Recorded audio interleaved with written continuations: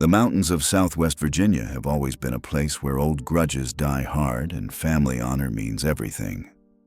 In the early 1900s, no family embodied this mountain code more than the Allens of Carroll County. They were prosperous, they were proud, and they were dangerous. What happened on March 14, 1912, in the Hillsville Courthouse would become known as one of the deadliest family feuds in American history, leaving 5 men dead and forever changing how justice was administered in Appalachian Virginia. Floyd Allen was the kind of man who commanded respect in Carroll County. Born in 1856, he was the patriarch of one of the region's most prominent families, owning vast tracts of farmland and operating a successful general store in Cana, Virginia. The Allens weren't just wealthy by mountain standards, they were powerful, with deep roots in local Democratic politics and a reputation that preceded them wherever they went. But that reputation was a double-edged sword. Floyd was one of 7 sons born to Jeremiah Allen, a Civil War veteran who had established the family as a force to be reckoned with in Carroll County. The Allen clan had built their fortune through hard work and shrewd business dealings, but they had also earned a darker reputation for feuding, moonshining, and violence. In the tight-knit communities of Southwest Virginia, everyone knew the Allen name, and most folks were careful not to cross them. Floyd himself was a dedicated moonshiner who had tangled with revenue officers more than once. His explosive temper was legendary throughout the county. In one notorious incident, he got into a gunfight with his own brother Jack over a barrel of brandy, leaving both men wounded. Another time, he was charged with shooting a man in North Carolina, and later with wounding his own cousin. When a judge sentenced him to pay a $100 fine and spend 1 hour in jail for the cousin incident, Floyd refused to serve the time, declaring that he would never spend a minute in jail as long as the blood flowed through his veins. This wasn't just bluster from a hot-headed mountain man. Floyd Allen meant every word, and his defiance of the law would eventually lead to a confrontation that would shock the entire nation. But to understand how things got so out of hand, we need to understand the political landscape that was shifting beneath the Allen family's feet in the early 1900s. For generations, Carroll County had been solidly Democratic territory, and families like the Allens had wielded considerable influence in local politics. But between 1904 and 1911, the county's Republicans, led by a shrewd and somewhat unscrupulous organizer named Dexter Goad, managed to capture the major local offices. They installed William Foster as Commonwealth's attorney, Lewis Webb as sheriff, and Goad himself as clerk of court. This political shift didn't just change who held power in the courthouse. It created a dangerous dynamic between the new Republican officials and the traditional Democratic families like the Allens. Floyd Allen saw this Republican takeover as nothing less than a conspiracy against families like his. He referred to the new courthouse officials as a clique, and he wasn't wrong. Dexter Goad and Commonwealth's attorney William Foster were right in the middle of it, and the personal animosity between them and Floyd ran deep. Goad had once charged Allen with falsifying expense reports when Floyd was serving as a deputy, while Floyd had accused Goad of selling liquor for his father's operation, forcing Goad to resign his post as a federal commissioner. Then there was William Foster, a man who had switched from Democrat to Republican specifically to defeat one of Floyd's nephews for the prosecutor's job. In Floyd's mind, these men weren't just political opponents. They were personal enemies who would use their positions to settle old scores. Every chance they got to do something to hurt the other, they were doing it, and the tension kept building until something had to give. That something came on a cold December night in 1910, at what should have been a harmless community gathering. 2 of Floyd's nephews, Wesley and Sidna Edwards, attended a corn-shucking bee in Hillsville. These events were a beloved tradition in rural Virginia, where neighbors came together to celebrate the end of the corn harvest by shucking corn, dancing, feasting, and playing games. One particular tradition involved finding a red ear of corn, which was rare, and any single young man lucky enough to find one was encouraged to kiss the single young woman of his choice, if she'd let him. Wesley Edwards, who by all accounts was a handsome young man, shucked a red ear of corn that night and made a choice that would set in motion the events leading to the Courthouse Massacre. He kissed a girl named McCraw, but according to old-timers who were there, it wasn't out of affection for her. Wesley kissed her specifically to irritate her boyfriend, John William Thomas, because of a feud between Thomas's father and Floyd Allen. The next morning, at a church service conducted by Wesley's uncle Garland Allen, Thomas confronted Wesley and called him out to fight. According to Wesley's account, Thomas and 3 friends assaulted him, and he defended himself with help from his brother Sinister, who rushed to join the fight. The altercation resulted in charges being filed against the Edwards brothers for disorderly conduct, assault with a deadly weapon, disturbing a public worship service, and other violations. Rather than face arrest, Wesley and Sinister Edwards fled across the state line to North Carolina, where they found work in a granite quarry. But Deputy Clerk Dexter Goad wasn't about to let them escape justice. He obtained new warrants for their arrest and contacted the sheriff in Surry County, North Carolina. A Carroll County deputy sheriff named Thomas Samuels, along with his driver Peter Easter, traveled to the state line in Easter's 4-seater buggy to collect the brothers from the North Carolina authorities. The journey back to Hillsville would prove to be the spark that ignited the powder keg. There was only one set of handcuffs, and because Sinister had tried to escape a couple of times, Wesley was handcuffed in the front seat, while Sinister was tied up in the back. As they made their way toward the courthouse, the buggy passed several properties owned by the Allen family, and that's when Floyd Allen appeared on the scene. Floyd met the buggy south of his brother Sinister's home as he was heading to his own property. When Deputy Samuels saw Floyd approaching, he pulled a gun, which was later determined to be inoperative, and ordered Floyd to move away. Floyd rode back past the buggy to Sinister's store, where he deliberately blocked the narrow road with his mare, forcing the deputy to confront him again. What happened next would be debated for years to come, but the basic facts are clear. A fight broke out between Floyd Allen and Deputy Samuels. Floyd beat the deputy with his own pistol while Wesley Edwards tried to grapple with Easter. Easter managed to break free and fired a shot at Floyd as he fled, wounding Floyd in the finger. Floyd then released the Edwards brothers from their restraints. Easter ran to a nearby house and telephoned the sheriff in Hillsville, and Deputy Samuels was left lying unconscious in a ditch with his horses scattered. Floyd Allen would later claim that he never intended to set the boys completely free, that he just wanted them released from their restraints. But the damage was done. By interfering with the arrest of his nephews, Floyd had committed a serious crime, and his enemies in the courthouse now had exactly what they needed to bring him down. The following Monday, Floyd turned Wesley and Sinister Edwards over to the court himself. The 2 brothers were soon tried and convicted of their crimes, with Wesley sentenced to 60 days and Sinister to 30. Both served outside jail on work release. But Floyd's legal troubles were just beginning. He was indicted for attacking the deputies and, after various delays, was scheduled to stand trial in March 1912. In the year that passed between the incident and Floyd's trial, tensions continued to build. Circuit Court Judge Thornton Lemon Massey, the lone Democrat among the law enforcement officials in Hillsville, showed his support for Floyd by appointing him to a special police force.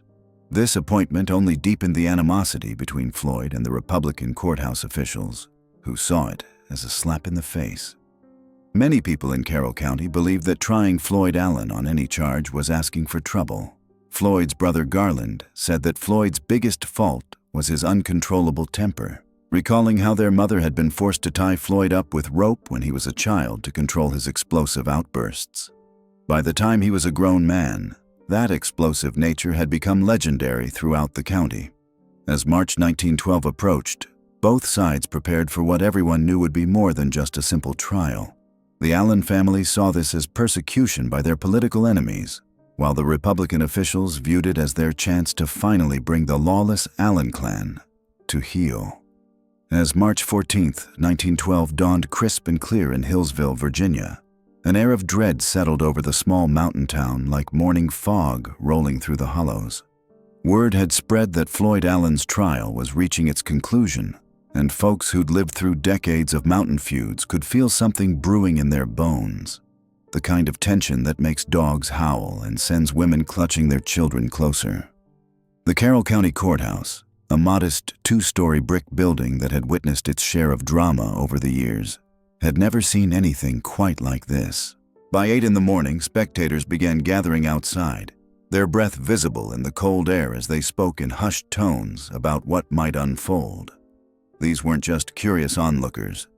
Many were Allen family members and supporters, their faces set with the hard determination that mountain people wore when they felt their honor was at stake. Inside the courthouse, the atmosphere was electric with anticipation and fear. Judge Thornton Massey, a distinguished man with graying whiskers and the bearing of someone accustomed to commanding respect, had confided to friends that he expected trouble.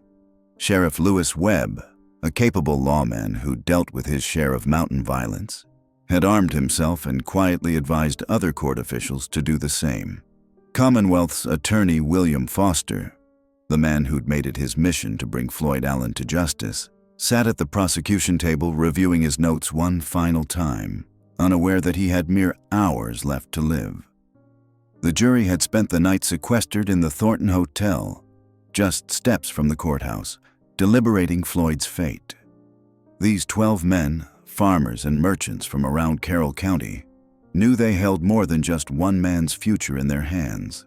Their decision would either validate the rule of law in a region where family loyalty often trumped legal authority, or it would confirm what many mountain folk already believed, that the law was just another tool for outsiders to control their lives. Floyd Allen himself had spent the night at his brother Sidney's fine home in Fancy Gap, about 7 miles south of Hillsville. At 55 years old, Floyd was still an imposing figure, tall and broad-shouldered, with the kind of presence that made people step aside when he walked into a room. But those who knew him well could see the strain of the past year etched in the lines around his eyes. The man who'd once declared he'd never spend a minute in jail as long as blood flowed through his veins was about to face the ultimate test of that boast. As Floyd made his way to Hillsville that morning, riding in a buggy with family members, he would have seen the familiar landscape of his homeland rolling past. The mountains that had sheltered generations of Allens, the hollows where his ancestors had carved out lives of fierce independence, the farms and forests that represented everything his family had built in this remote corner of Virginia. He was a man who understood that this day would either vindicate his family's way of life or mark the beginning of its end. The Allen clan had been gathering in Hillsville since dawn. Sidney Allen, Floyd's brother and perhaps the most politically astute of the family, had arrived early with several of his sons. Claude Allen, Floyd's 20-year-old son, cut a striking figure as he made his way through the crowd. Handsome and well-dressed, Claude had the kind of looks that made newspaper photographers take notice, and he carried himself with the confidence of a young man who'd never known defeat. What no one knew was that Claude would soon become the subject of a desperate campaign to save his life, with his sweetheart Nellie Whistler leading the effort to convince the governor to show mercy. Friel Allen, another of Floyd's sons, had also made the journey to Hillsville, as had numerous Edwards boys, Floyd's nephews, who'd been at the center of the original corn-shucking incident that started this whole chain of events.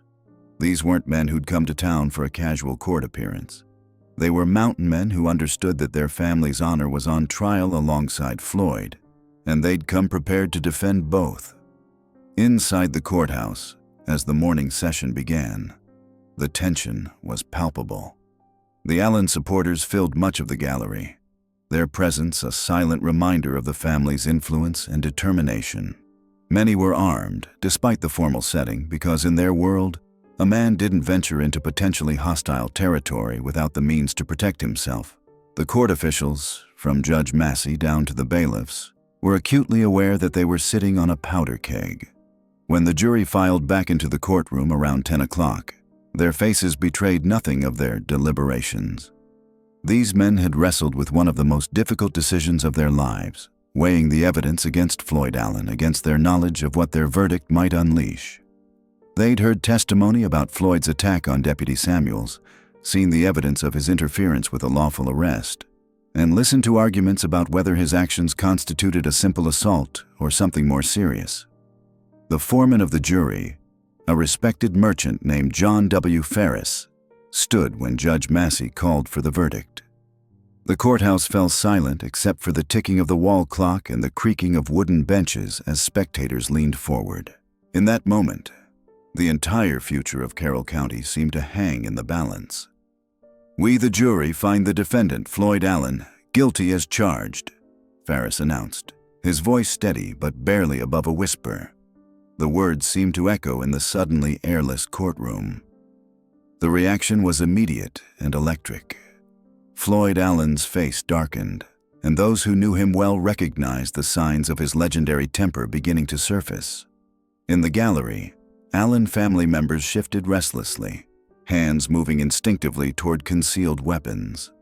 Judge Massey, his own hand near the pistol he'd begun carrying, prepared to formally impose the sentence that would either restore order to Carroll County or plunge it into chaos. What happened next would be debated for decades. Some witnesses later claimed they heard Floyd Allen mutter something under his breath.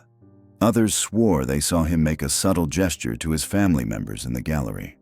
What everyone agreed on was that when Judge Massey began to formally pronounce the sentence, Floyd Allen rose from his chair with the slow, deliberate movement of a man who'd made a decision he couldn't take back. The courtroom seemed to freeze for a heartbeat. Judge Massey, a man of considerable courage who'd served his community faithfully for years, looked directly at Floyd Allen and replied with the dignity his office demanded. Floyd Allen's response would become the stuff of legend in the mountains of Southwest Virginia. Rising to his full height, he looked around the courtroom at the faces of law enforcement officials who'd made his life difficult, at the jury that had just convicted him, and at his family members who'd come to support him. And with that simple declaration of defiance, Floyd Allen triggered the most violent courtroom confrontation in American history. The first gunshot cracked like thunder in the confined space, though to this day, no one knows for certain who fired it. Some claimed it was Floyd himself, drawing a concealed pistol in a final act of rebellion. Others insisted it was Deputy Clerk Dexter Goad, who'd been expecting trouble and fired preemptively when he saw Floyd reach for what he thought was a weapon. But in the end, it didn't matter who fired first. What mattered was that once the shooting started, it unleashed a fury that had been building for years between the Allen family and the Republican officials who'd taken control of Carroll County.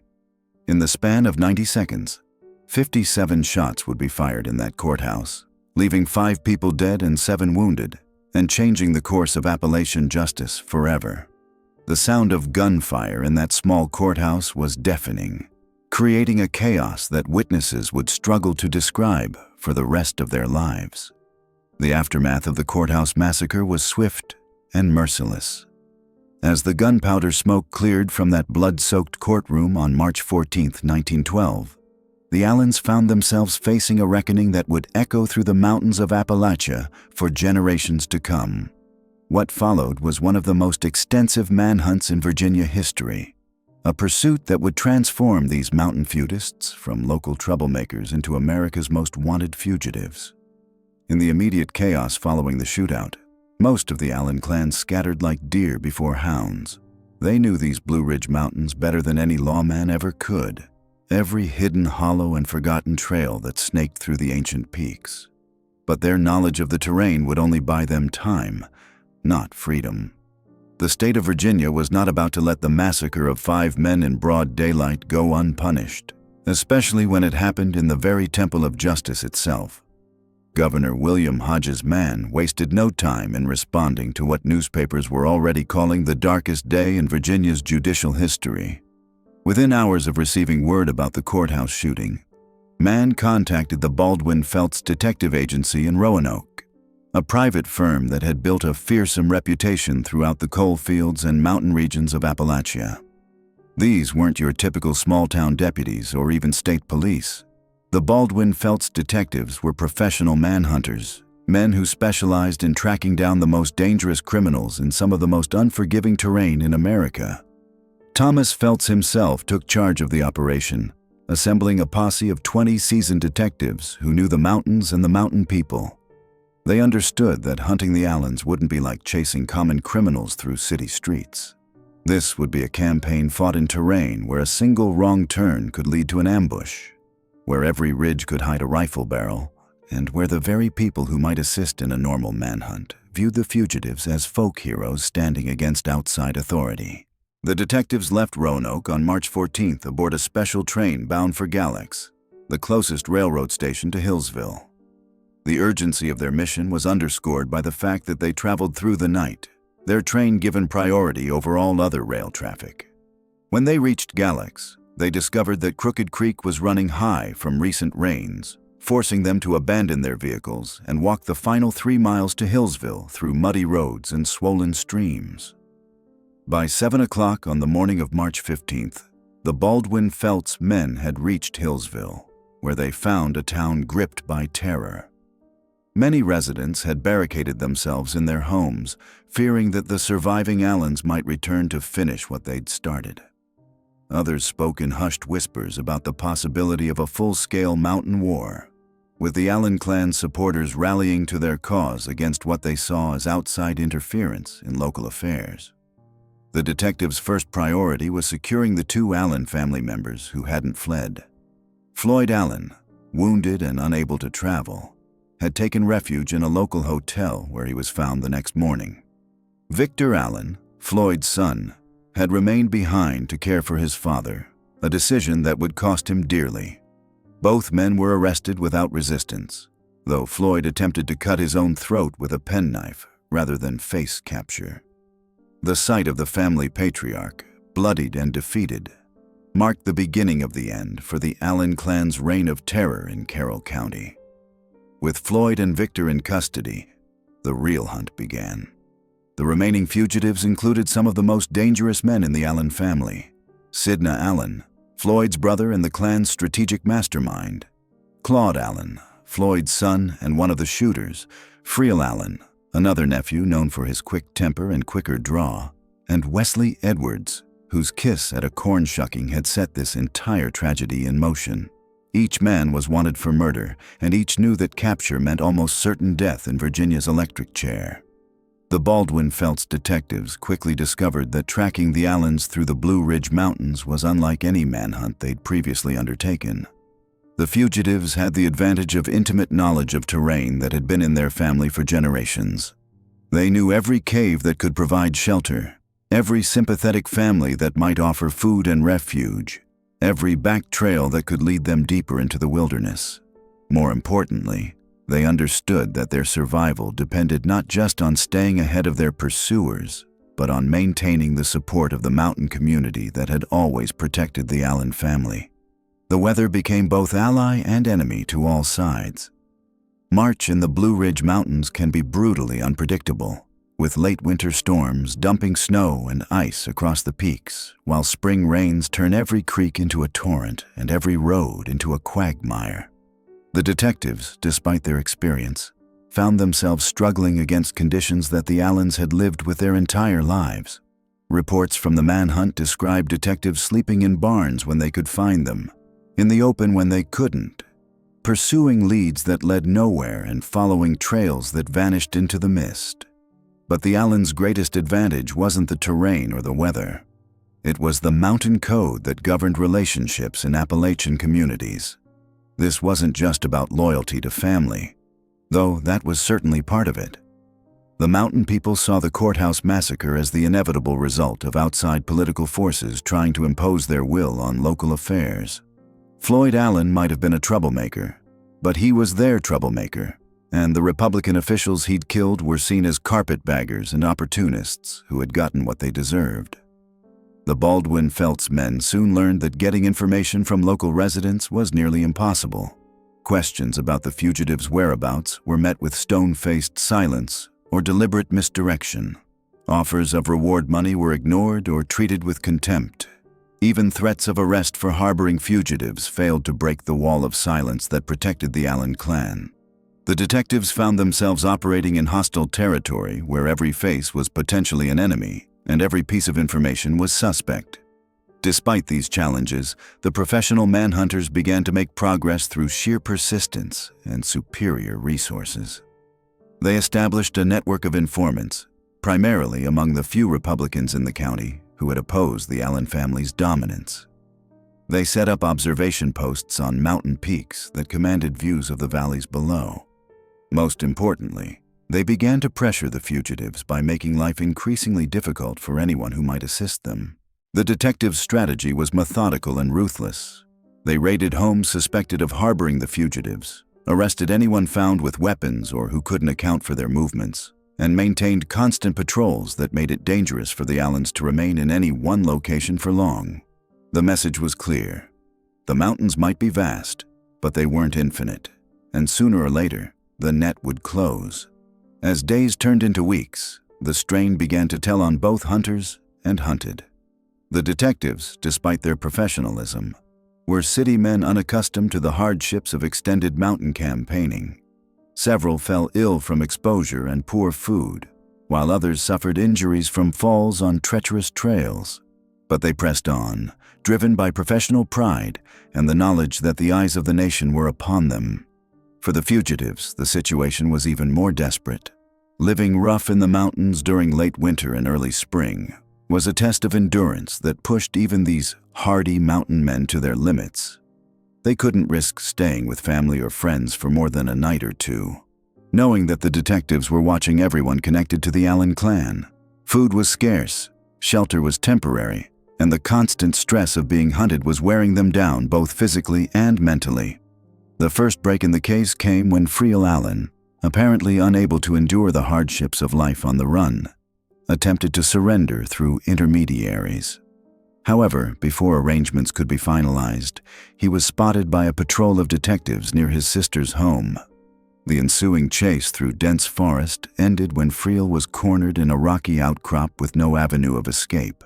His capture was a significant victory for the Baldwin-Felts men and a devastating blow to the remaining fugitives' morale. Claude Allen's capture followed a few days later, but under circumstances that highlighted both the desperation of the fugitives and the determination of their pursuers. Acting on information from an informant, detectives surrounded a remote cabin where Claude was believed to be hiding. When he attempted to flee through a back window, he was shot in the leg and captured after a brief struggle. The sight of Floyd Allen's handsome son, wounded and in chains, drew crowds of sympathizers who had to be held back by armed guards. With two of the most dangerous fugitives now in custody, the manhunt focused on the two who remained at large, Sidna Allen and Wesley Edwards. These men had proven to be the most elusive of the fugitives, and their continued freedom was becoming an embarrassment to both the detective agency and the state government. Governor Mann increased the reward for their capture and authorized additional resources for the manhunt, making it clear that failure was not an option. The pressure was beginning to tell on Sidna and Wesley in ways that would ultimately lead to their downfall. Cut off from their support network and unable to remain in familiar territory, they made the fateful decision to flee Virginia entirely. Using a network of sympathizers that extended beyond the state's borders, they made their way north through the Carolinas, always staying one step ahead of the law, but leaving a trail that experienced detectives could follow. The end came not in the mountains of Virginia, but in the unlikely setting of Des Moines, Iowa, where the two fugitives had found work and were attempting to build new lives under assumed names. Wesley Edwards, perhaps homesick or simply foolish, had maintained correspondence with his girlfriend back home, Maud Earler. Whether through love or the lure of reward money, Maud provided information that led the persistent Baldwin-Felts detectives to their quarry. The arrest in Des Moines was almost anticlimactic after months of mountain warfare. Sidna Allen and Wesley Edwards were taken into custody without resistance, their long flight finally at an end. As news of their capture spread, crowds gathered at every train station along the route back to Virginia, eager to catch a glimpse of the notorious fugitives who had defied the law for so long. The successful conclusion of the manhunt was a triumph for the Baldwin-Felts Detective Agency and established their reputation as the premier law enforcement organization in Appalachia. But it came at a cost that extended far beyond the expenses of the operation. The intensive pursuit had deepened the divide between mountain communities and outside authority, creating resentments that would persist for generations. The Allen family's supporters saw the manhunt not as justice being served, but as persecution of mountain people by forces that neither understood nor respected their way of life. For the Allen clan, the end of the manhunt marked the beginning of a different kind of ordeal. With all the fugitives now in custody, the focus shifted from pursuit to prosecution. The wheels of justice, which had been set in motion by that fatal moment in the Hillsville Courthouse, were about to complete their revolution in a series of trials that would captivate the nation and seal the fate of America's most notorious mountain family. The manhunt was over, but the Allen family's rendezvous with destiny was just beginning. In courtrooms across Virginia, they would face judgment not just for their crimes, but for a way of life that was rapidly disappearing in the face of modern law and order. The massive manhunt that followed the courthouse shooting was unlike anything the mountains of Appalachia had ever seen before. Within hours of the gunfire ending, Governor William Hodges Mann had mobilized every available resource to track down the surviving Allen clan members who had fled into the Blue Ridge wilderness. But this wasn't going to be a job for ordinary law enforcement.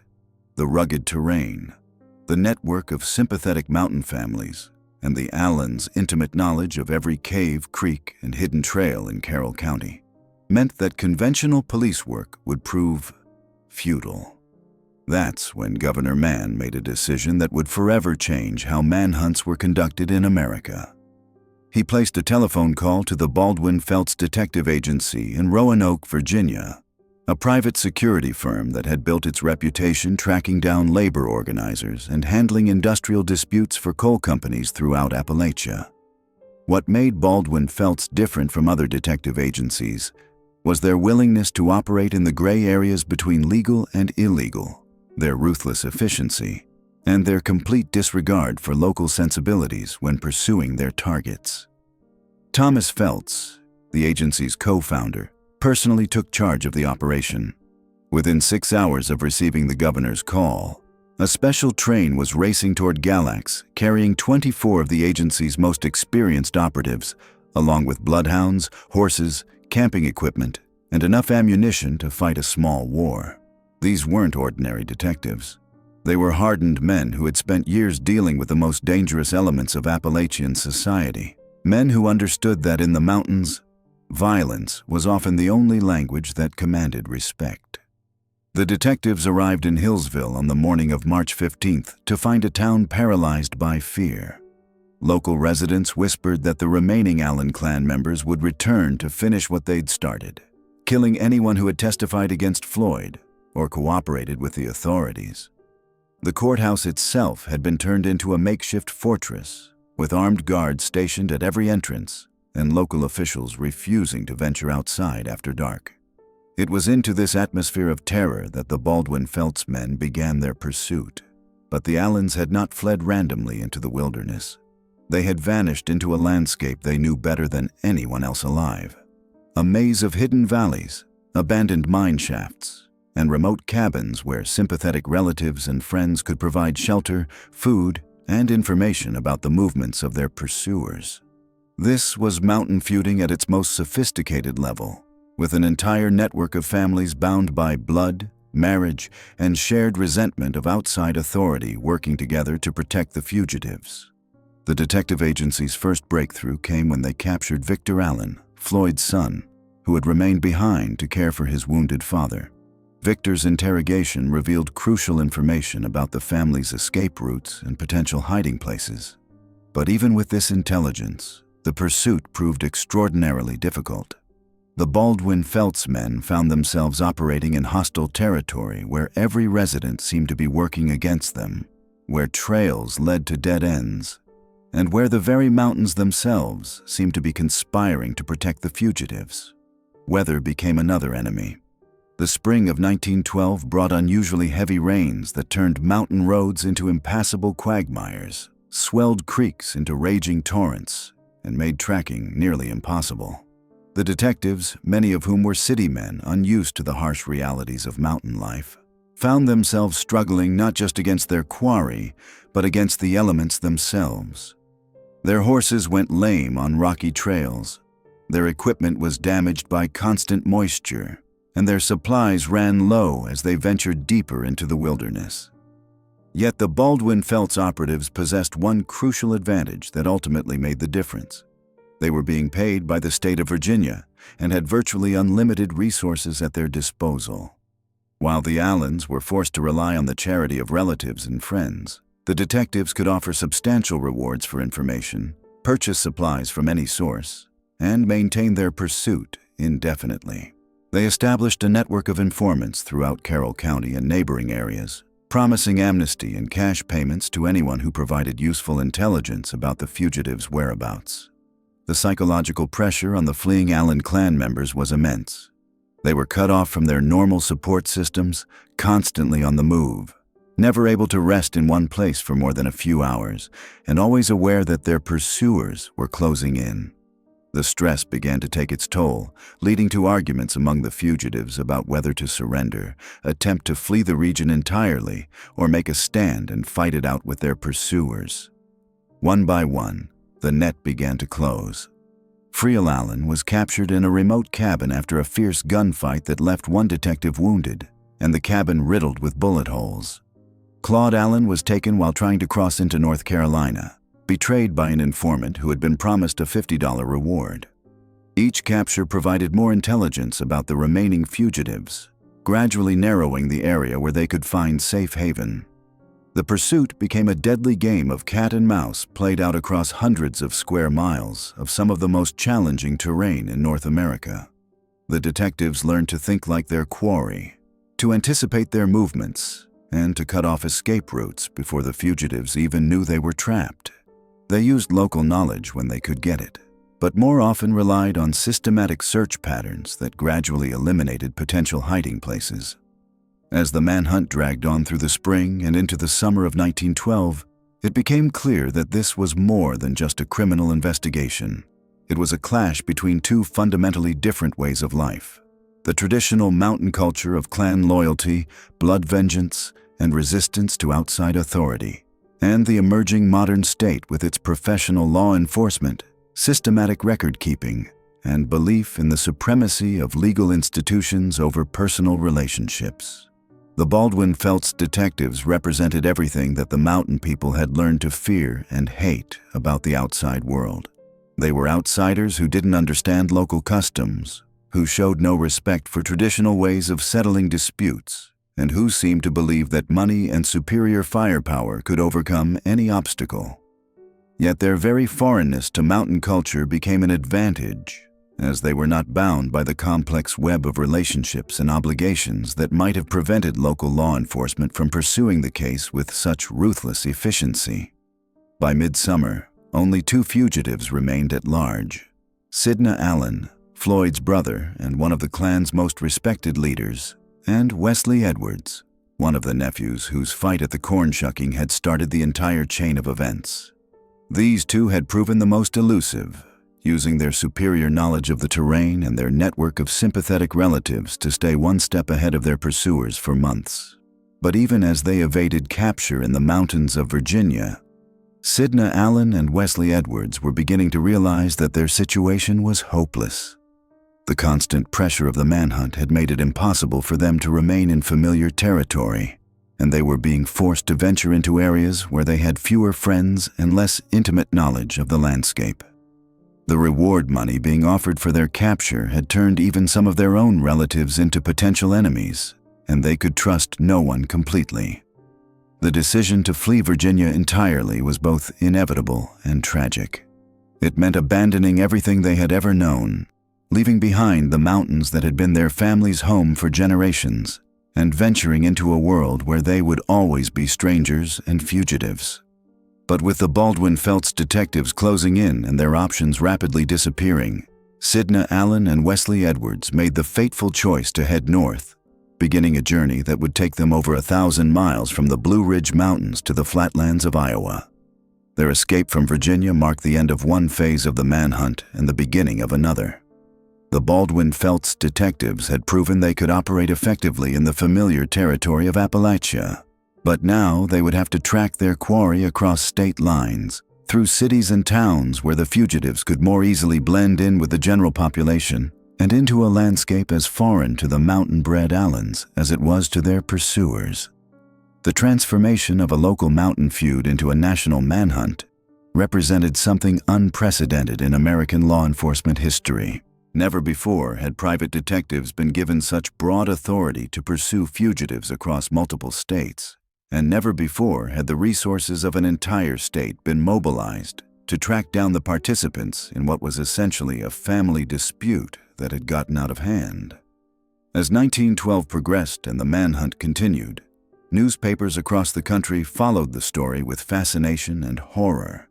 The Allen clan had become symbols of a vanishing America, representatives of a frontier mentality that seemed increasingly out of place in the modern world. Their violent resistance to legal authority struck some readers as heroic defiance of oppression, while others saw it as proof that mountain culture was fundamentally incompatible with civilized society. The Baldwin Felts detectives, meanwhile, had established themselves as the premier manhunting organization in America.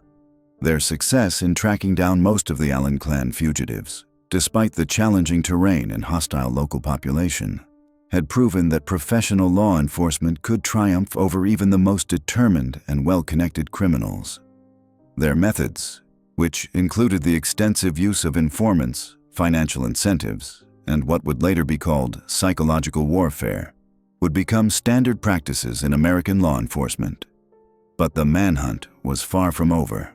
Somewhere in the American heartland, two desperate men were still running, still hoping to find a place where they could disappear forever and start new lives free from the consequences of that terrible day in the Hillsville Courthouse.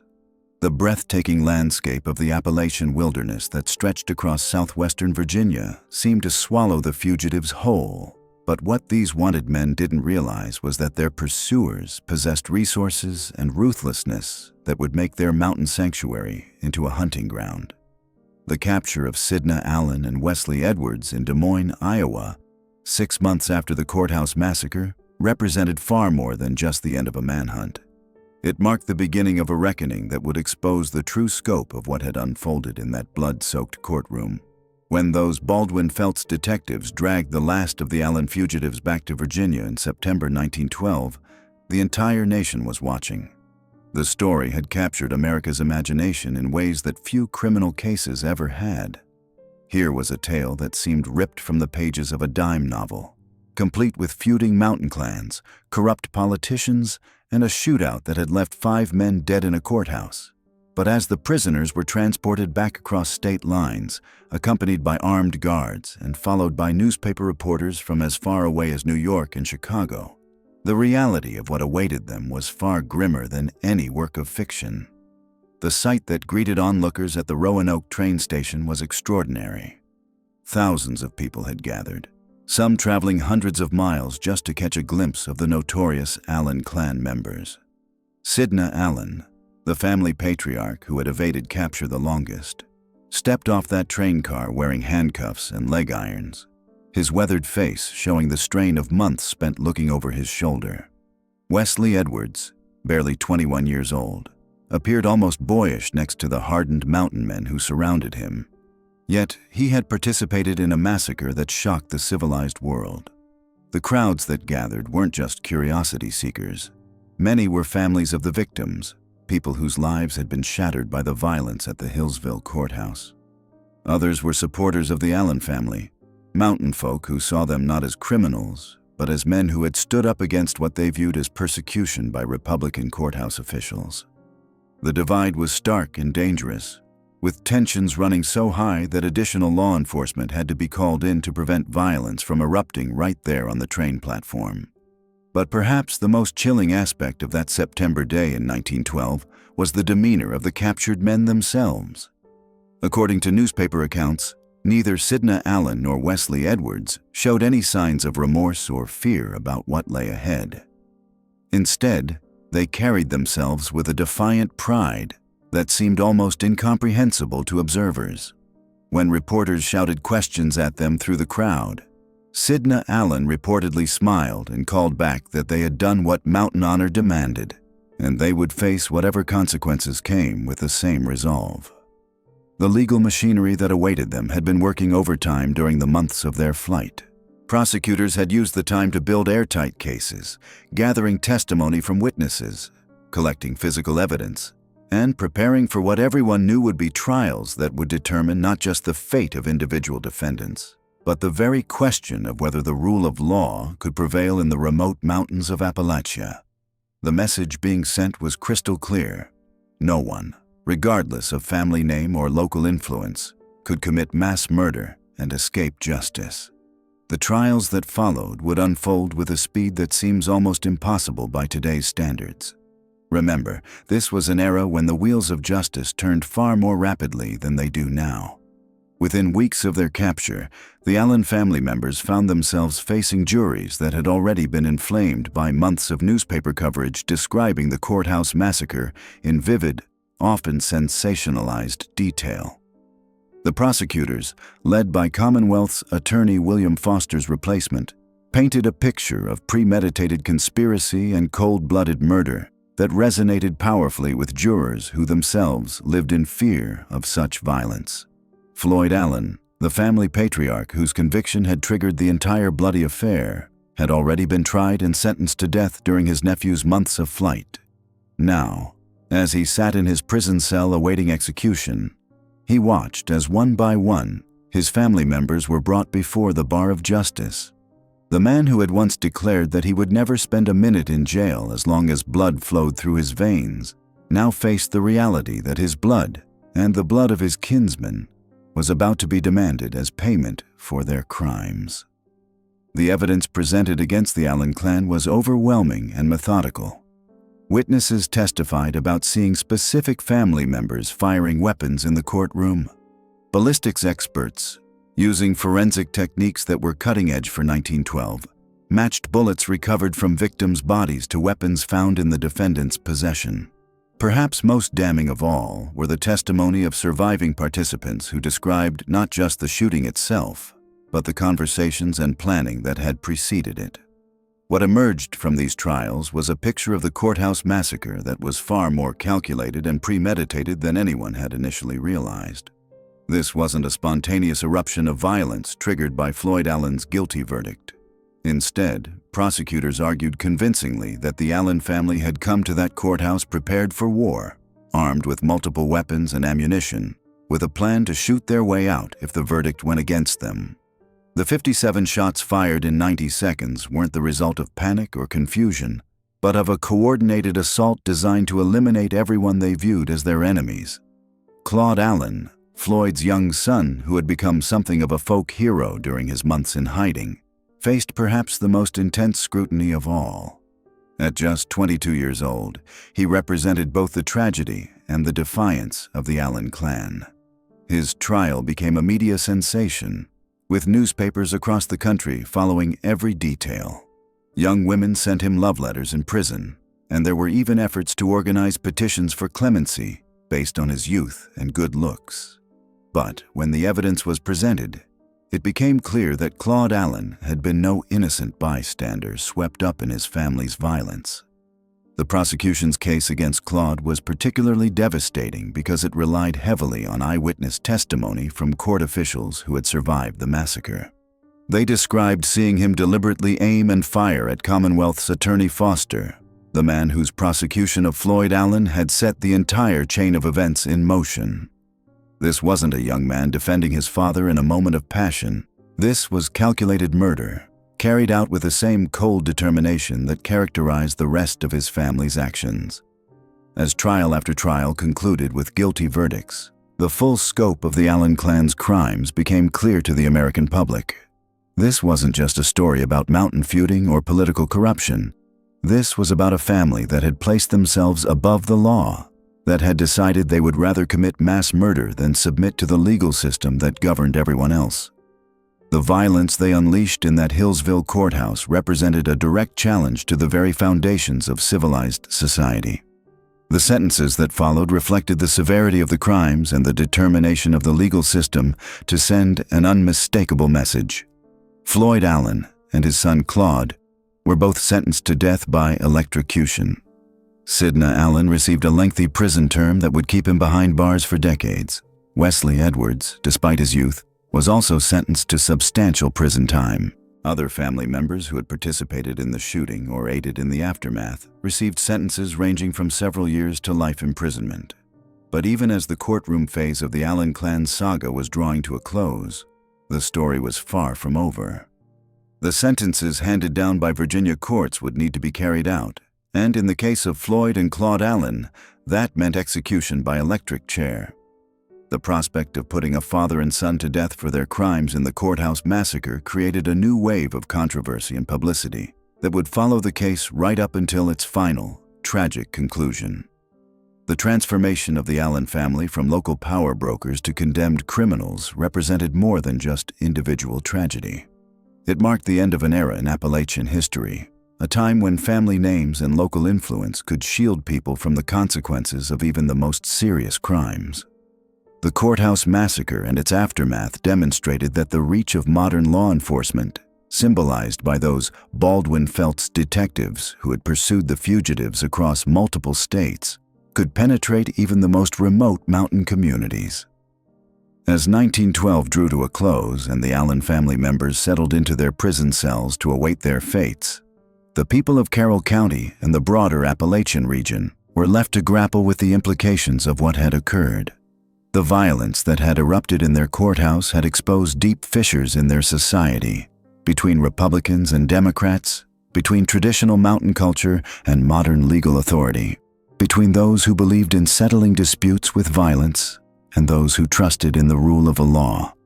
The legacy of the Allen clan's crimes would reverberate through the mountains of southwestern Virginia for generations to come. But in the immediate aftermath of their trials and convictions, one thing was abundantly clear. The age of family feuds and violent resistance to legal authority was coming to an end. The trial of Floyd and Claude Allen opened on April 30th, 1912, in Wytheville, Virginia, marking the beginning of what would become one of the most sensational legal proceedings in Appalachian history. The courthouse was packed with spectators, reporters from across the nation, and armed guards who maintained a heavy presence throughout the proceedings. The atmosphere was electric with tension, as everyone understood they were witnessing the final chapter of a story that had captured America's attention. The prosecution's case was methodical and devastating. Commonwealth's attorney William Foster's replacement painted a picture of premeditated conspiracy, arguing that the Allen clan had entered that courthouse on March 14th with the full intention of using violence if the verdict didn't go their way. Witness after witness took the stand, describing the events of that bloody afternoon with chilling detail. E. Kern testified about selling massive quantities of ammunition to Sidney Allen just days before the trial, painting a picture of careful preparation for violence. The most damning evidence came from the physical aftermath itself. Medical testimony revealed the systematic nature of the shooting, with Sheriff Lewis Webb having been shot no less than 5 times, indicating a deliberate execution rather than random gunfire in a moment of panic. The pattern of wounds on each victim told a story of coordinated violence, not spontaneous chaos. Commonwealth's attorney Foster had been shot through the heart at close range, while Judge Massey had taken multiple bullets that suggested he'd been specifically targeted. Floyd Allen's behavior during his own trial was nothing short of extraordinary. Rather than showing remorse or attempting to minimize his role, he maintained an air of defiant pride that both fascinated and horrified observers. When asked about his actions, Floyd reportedly stated that he had simply been defending his family's honor against a corrupt system that had persecuted them for years. His unrepentant attitude only served to reinforce the prosecution's argument that he was a dangerous man who felt himself above the law. The defense strategy was limited by the overwhelming evidence and their client's own admissions. Floyd's attorneys attempted to argue that the shooting had been spontaneous, triggered by the shock of the guilty verdict and the immediate threat of imprisonment. They painted a picture of a proud mountain man who had simply snapped under pressure, driven to violence by a system that had systematically persecuted his family. But this argument fell flat when confronted with the evidence of premeditation and the sheer scale of the violence that had erupted. Claude Allen's case was even more tragic. At just 21 years old, he had become something of a folk hero, with his handsome features regularly appearing in newspapers across the country. His girlfriend, Nellie Whistler, mounted a passionate campaign to save his life, traveling to Richmond to plead personally with Governor William Hodges Mann. She organized petitions that gathered thousands of signatures from across Virginia and beyond, all calling for clemency for the young man who, many believed, had simply been defending his father. The evidence against Claude was less clear-cut than that against Floyd. Several witnesses testified that Claude had not initially been armed, only picking up a pistol that his brother Victor had left behind in their hotel room that morning. The prosecution argued that this showed premeditation, that the family had strategically positioned weapons for the expected confrontation. The defense countered that Claude had acted purely in defense of his father, drawn into the violence by family loyalty rather than criminal intent. Throughout the proceedings, the question of who fired the first shot remained contentious. Multiple witnesses gave conflicting accounts, with some claiming it was Floyd Allen himself who drew first, others insisting it was Deputy Clerk Dexter Goad who fired the opening round.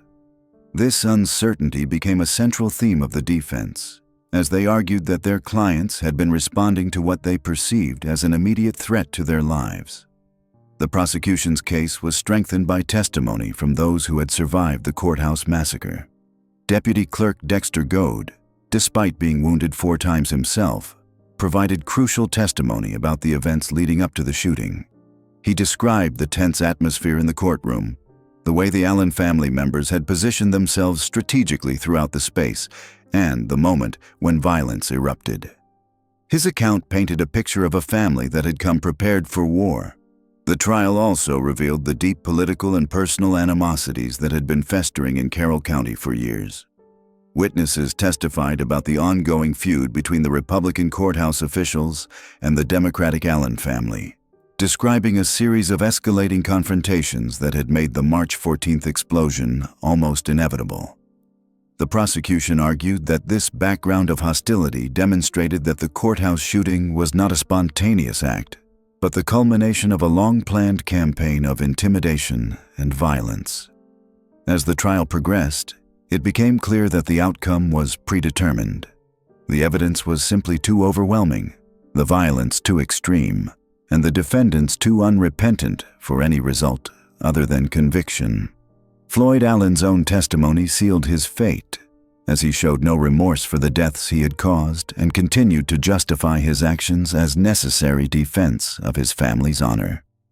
The jury deliberated for less than 2 hours before returning guilty verdicts for both Floyd and Claude Allen.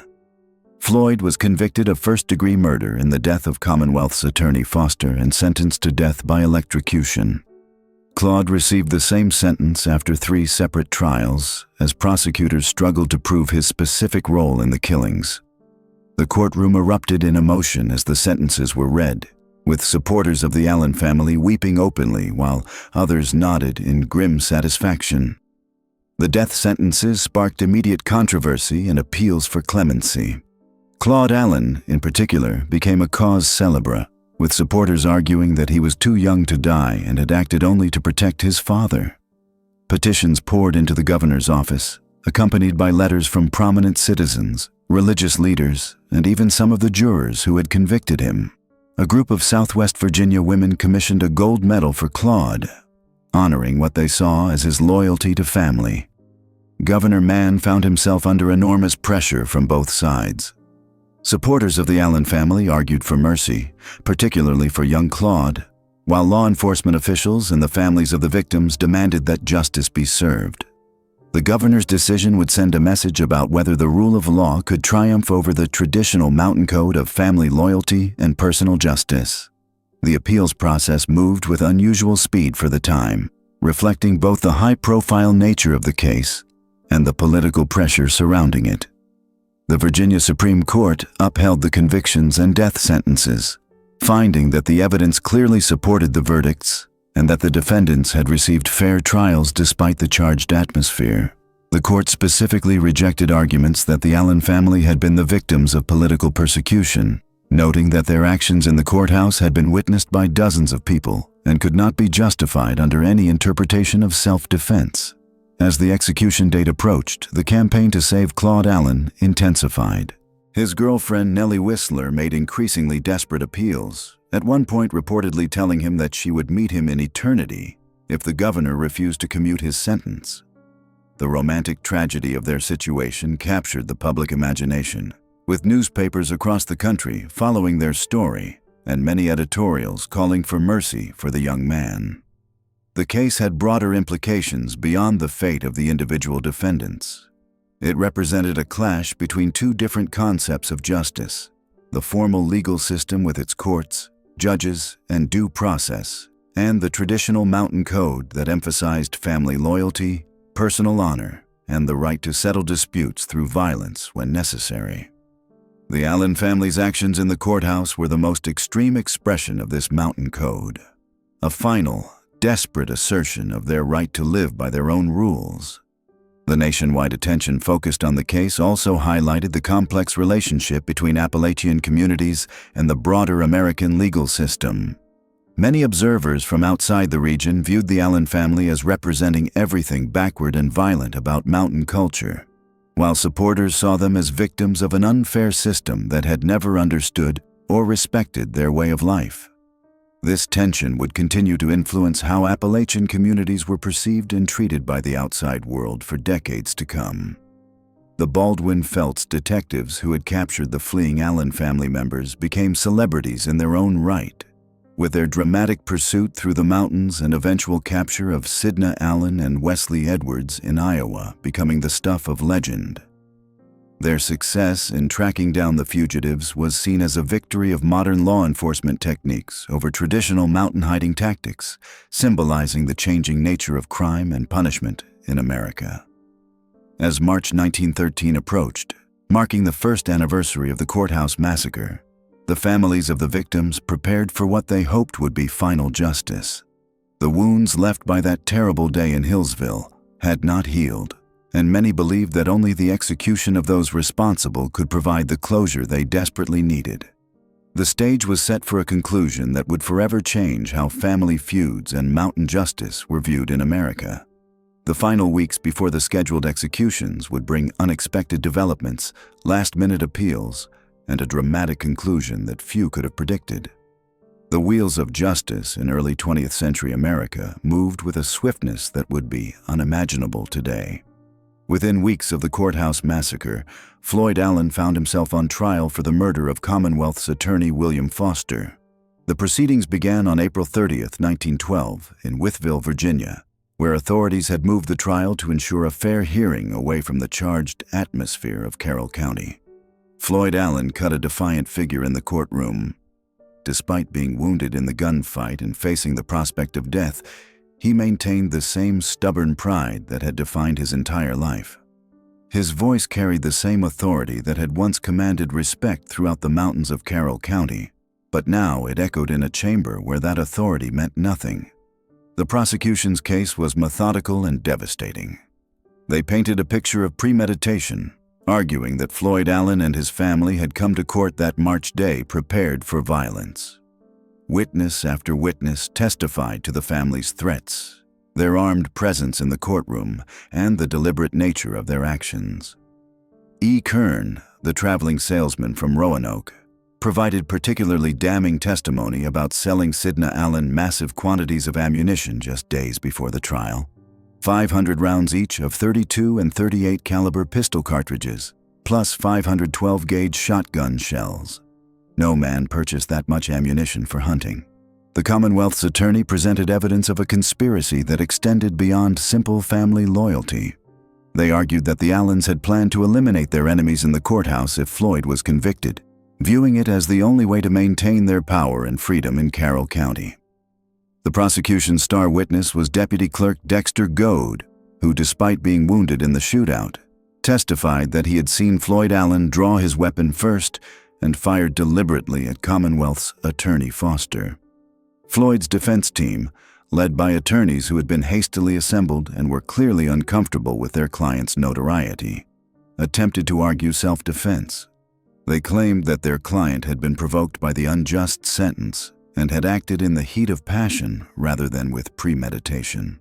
They painted Floyd as a man pushed beyond his limits by political persecution, a proud mountain patriarch defending his family's honor against corrupt Republican officials who had targeted them for their Democratic loyalties.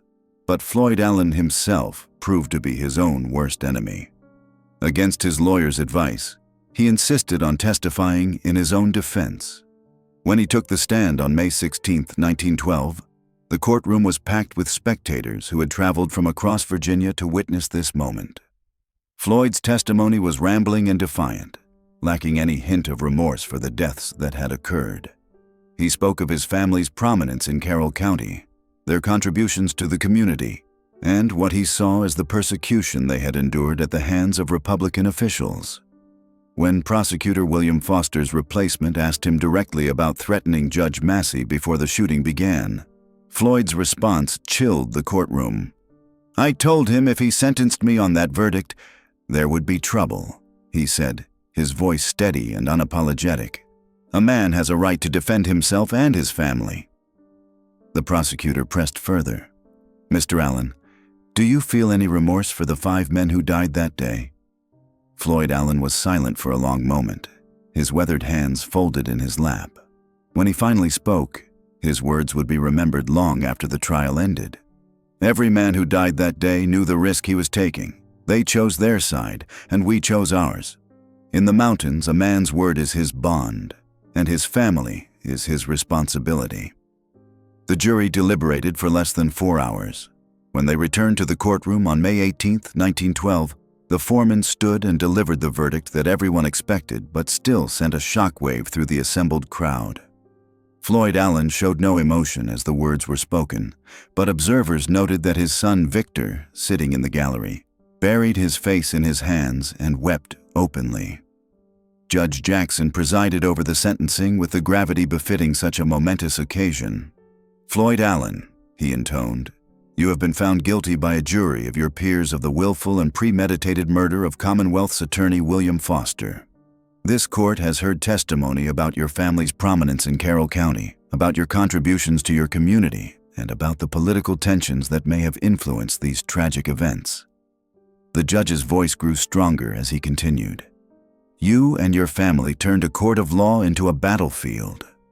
You murdered officers of the court who were simply doing their duty. You have brought shame not only upon your family name, but upon the entire Commonwealth of Virginia." Floyd Allen stood as the sentence was pronounced. Even then, facing death, Floyd Allen maintained his defiant posture. As he was led from the courtroom in shackles, he turned to the packed gallery and spoke his final public words. "I ain't sorry for what I done." The trial of Claude Allen followed quickly, and it proved even more tragic than his father's proceedings. Claude was barely 20 years old, handsome and articulate, and he had captured the sympathy of many Virginians who saw him as a young man led astray by family loyalty rather than personal malice. His defense attorneys argued that he had acted solely to protect his father, firing only after the shooting had already begun. They presented witnesses who testified to Claude's good character, his plans to marry his sweetheart Nellie Whistler, and his bright future that would be cut short by the electric chair. But the prosecution was relentless. They demonstrated that Claude had fired multiple shots, that he had specifically targeted Commonwealth's attorney Foster, and that his actions were deliberate rather than reflexive. Most damaging was testimony from ballistics experts who matched bullets found in Foster's body to Claude's revolver. After 3 separate trials, the third jury finally returned a guilty verdict, and Claude Allen was sentenced to join his father in death. The other family members faced varying fates based on their level of participation in the massacre. Sidna Allen, Floyd's brother and the family's political leader, was sentenced to 35 years in prison. Friel Allen received 18 years, while Wesley Edwards got 27 years for his role in the shooting. The sentences reflected not only their participation in the courthouse violence, but also their roles in the events that had led up to that tragic day. As the legal proceedings concluded, the full scope of the Allen family's downfall became apparent. They had gone from being one of Carroll County's most prominent families to convicted criminals facing death or decades in prison. Their vast land holdings were seized to pay legal fees and court costs, Their general store was shuttered, their livestock sold at auction, and their name became synonymous with lawlessness and violence rather than mountain pride and democratic politics. The speed of their trials reflected the determination of Virginia's legal system to demonstrate that no family, regardless of their local prominence or political connections, was above the law. In less than a year, the Allens had gone from the heights of regional power to facing the ultimate consequences of their actions. The mountain code that had guided their lives for generations had proven inadequate when confronted with the machinery of modern justice. But even as Floyd and Claude Allen sat in their death row cells in Richmond, their story was far from over. Appeals were filed, petitions for clemency circulated, and a growing movement developed to save the lives of the condemned men. The case had captured national attention, and opinions were divided about whether the Allens deserved death or whether they were victims of political persecution who had been driven to desperate action. The question of justice versus mercy would dominate the final chapter of the Allen family saga, as Virginia grappled with whether to execute a father and son whose crimes had shocked the nation, but whose circumstances had also generated unprecedented sympathy. The executions began at sunrise on March 28, 1913, almost exactly 1 year after the Courthouse Massacre that had shattered the quiet mountain community of Hillsville forever. Floyd Allen, the patriarch who had declared he would never spend a minute in jail as long as blood flowed through his veins, walked to the electric chair at the Virginia State Penitentiary in Richmond with the same defiant bearing that had characterized his entire life. At 66 years old, his hair had turned completely white during his months of incarceration, but his eyes still burned with the fierce independence that had made him both feared and respected throughout Carroll County. The warden later reported that Floyd's last words were directed not toward seeking forgiveness or expressing remorse, but toward his family's honor. "Tell them back home that Floyd Allen died as he lived, beholden to no man but God," he reportedly said before the current surged through his body at 6:17 a.m. The execution was witnessed by a small group of officials, reporters, and family members who had made the journey from the mountains to the state capitol. Among them was his surviving son Victor, who had remained by his father's side throughout the ordeal and would carry the burden of the Allen name for the rest of his days.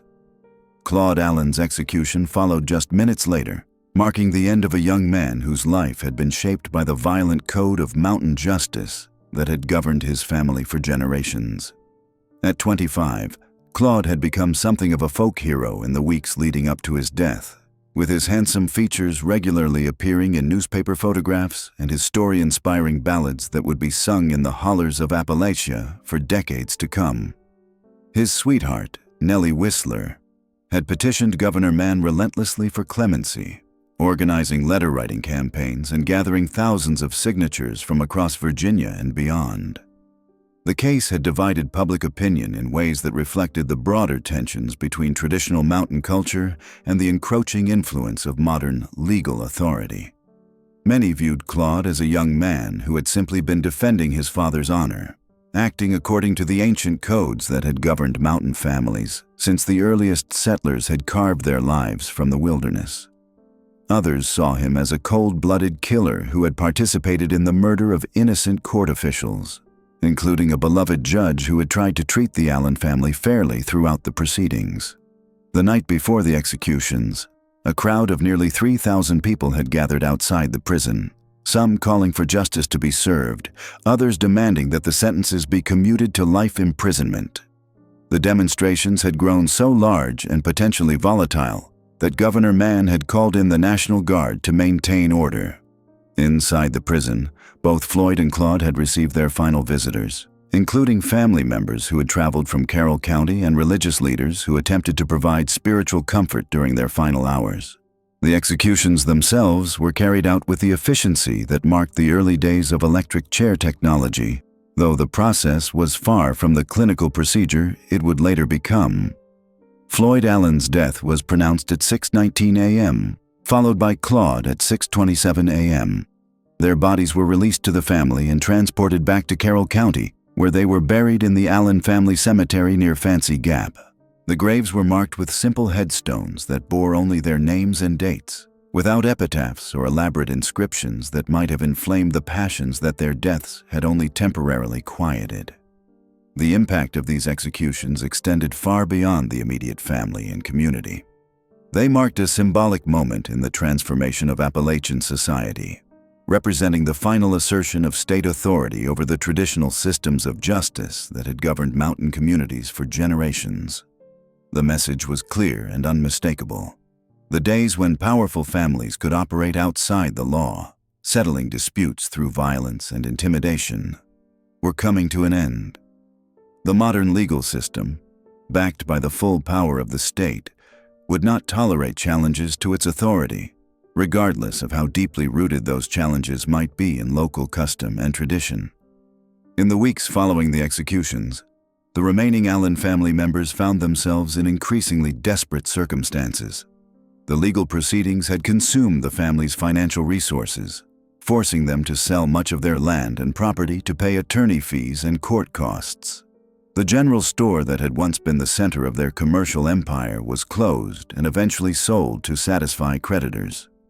The political influence that the family had wielded for decades evaporated overnight, as former allies distanced themselves from the Allen name and its association with violence and lawlessness.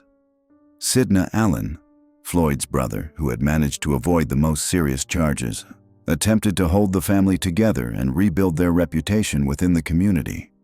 However, the stigma of the Courthouse massacre proved impossible to overcome. Local banks refused to extend credit to Allen family members, business partners severed their relationships, and even longtime friends found it prudent to limit their associations with the surviving clan members. The social isolation was perhaps more devastating than the financial losses, as it struck at the very heart of the mountain culture that placed such enormous value on family honor and community standing. The broader implications of the Allen family's downfall reverberated throughout southwestern Virginia and the entire Appalachian region. Other powerful families that had operated under similar assumptions about their immunity from outside interference took careful note of what had happened in Hillsville. The message was reinforced by the continued presence of law enforcement officials who had been brought in from outside the region and who remained committed to ensuring that the new order would be maintained. The transformation was not merely legal but cultural, as the traditional systems of justice that had governed mountain communities for generations were systematically replaced by formal legal procedures administered by officials who owed their authority to the state rather than to local power structures. This shift represented a fundamental change in the relationship between individual families and the broader society, marking the end of an era when personal honor and family loyalty could supersede written law and formal legal process. The Courthouse massacre and its aftermath also highlighted the economic forces that were reshaping Appalachian society during this period. The region's increasing integration into the national economy meant that local disputes could no longer be contained within traditional boundaries.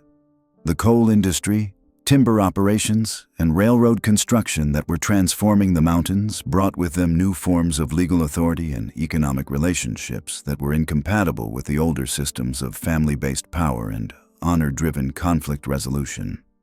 As news of the executions spread throughout the mountain communities, reactions were mixed and often contradictory.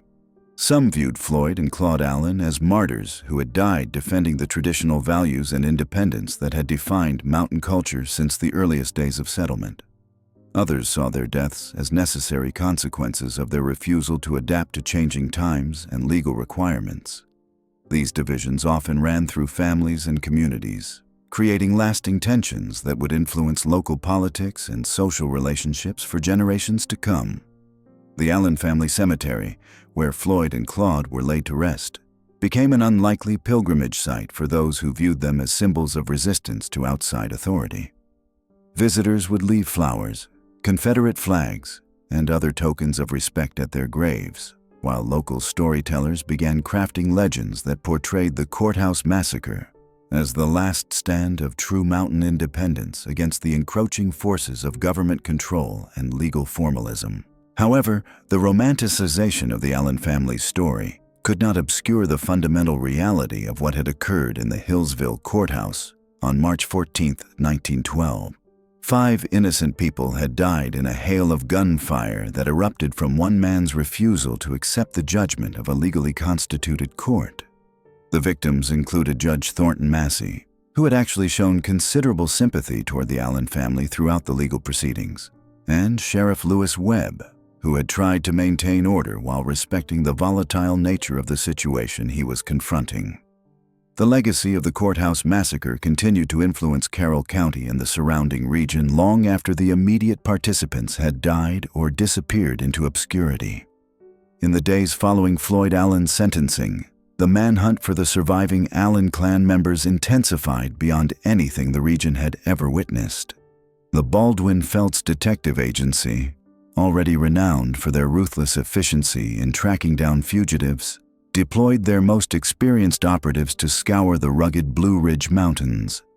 These weren't ordinary criminals they were pursuing, but mountain men who knew every ridge, hollow, and cave system in terrain that had been their family's domain for generations.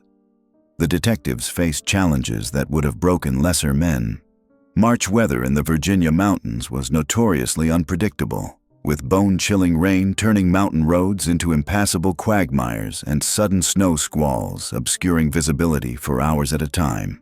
The fugitives had vanished into a landscape that seemed designed to swallow men whole, where a single wrong turn could lead to a 100-foot drop, and where local residents viewed outsiders with deep suspicion, particularly those wearing badges and asking questions about the Allen family. Victor Allen, Floyd's son who had remained behind to tend to his wounded father, provided investigators with crucial intelligence about the family's network of safe houses and sympathizers. Under intense interrogation, he revealed that the clan had long maintained a system of hideouts throughout the mountains, stocked with provisions and weapons, specifically prepared for situations like this. The Allens had always understood that their way of life would eventually bring them into conflict with outside authority, and they had planned accordingly. Baldwin Felts operative Thomas Felts himself took personal charge of the manhunt, establishing a command post in Hillsville and deploying teams of detectives throughout Carroll County and neighboring regions. These men were not local lawmen who might be swayed by family connections or mountain loyalty, but hardened professionals who had cut their teeth pursuing coal miners and railroad workers during the most violent labor disputes of the era. They brought with them methods of investigation and pursuit that the mountain communities had never encountered. The detectives employed tactics that would be considered controversial even by the standards of their time. They offered substantial rewards for information leading to the capture of the fugitives, creating a network of informants among the local population. They conducted raids on suspected safe houses, often in the dead of night, searching properties without warrants and detaining anyone suspected of harboring the fugitives. Most effectively, they applied economic pressure to Allen sympathizers, using their connections with banks and businesses to make life difficult for anyone who might be inclined to help the escaped clan members. As the weeks passed, the pressure began to tell. Several minor Allen relatives and associates were arrested on various charges, some legitimate, others clearly manufactured to maintain pressure on the family network. The constant presence of armed detectives created an atmosphere of fear and suspicion that began to erode the traditional mountain solidarity that had long protected families like the Allens. Neighbors who had once been trusted allies began to eye each other with suspicion, wondering who might be the next to provide information to the authorities in exchange for reward money or simply to get the detectives off their backs. The breakthrough in the case came from an unexpected source. Maud Eierler, Wesley Edwards' sweetheart, had been under constant surveillance since the Courthouse Massacre. The young woman, barely 20 years old, found herself at the center of a web of pressure that would have challenged someone twice her age and experience. Baldwin Felts operatives made it clear that her continued freedom depended on her cooperation, while letters from Wesley, smuggled through a network of mountain contacts, begged her to remain loyal and wait for his return. The pressure on Maud intensified when detectives arrested her father on charges of harboring fugitives, the accusation that carried serious prison time. Thomas Eierler, a hard-working farmer with no involvement in the Allen clan's activities beyond his daughter's romantic attachment to Wesley Edwards, faced the prospect of years in prison unless his daughter provided information about her boyfriend's whereabouts. The moral complexity of the situation was not lost on the detectives, but they had been given clear instructions to capture the fugitives by any means necessary. Meanwhile, Sidna Allen and Wesley Edwards had indeed escaped the immediate area, making their way north through a network of contacts and safe houses that stretched from the Virginia mountains to the industrial cities of the Midwest. Their journey was a testament to both their desperation and their resourcefulness. They traveled primarily at night, avoiding main roads and railroad lines, relying on the kindness of distant relatives and family friends who had migrated north in search of work in the coal mines and steel mills.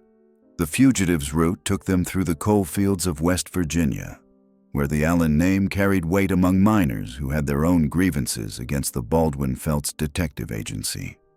The company's reputation for strike-breaking and violence against organized labor had made them enemies throughout the region's working communities.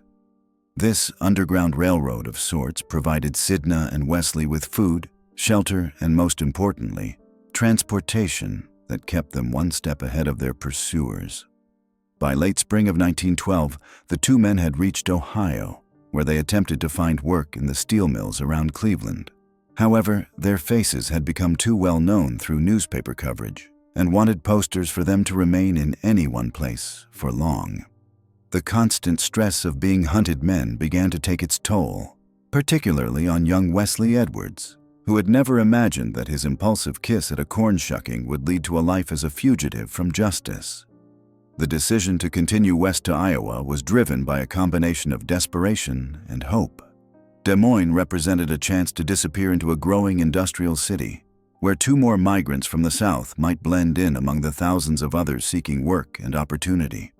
They obtained false papers through contacts in the criminal underworld, becoming James Watson and Robert Smith, and found employment in a meatpacking plant where the work was hard, the hours long, and the pay barely sufficient for survival. For several months, it seemed as though they had successfully vanished. The Baldwin-Felts Detective Agency had followed false leads from Chicago to St. Louis to Kansas City, always arriving too late or pursuing men who proved to be innocent drifters unfortunate enough to resemble the wanted fugitives. The agency's resources were considerable, but they were not unlimited, and the cost of maintaining teams of detectives across multiple states was mounting rapidly. The factor that ultimately led to their capture was the one thing that Sidna Allen had warned Wesley about from the beginning of their flight: the young man's inability to completely sever ties with his past.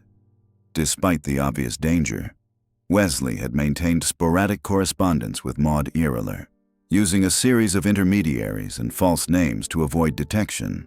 These letters, filled with promises of eventual return and plans for their future together, represented both a lifeline to his former life and a fatal weakness that would ultimately doom them both.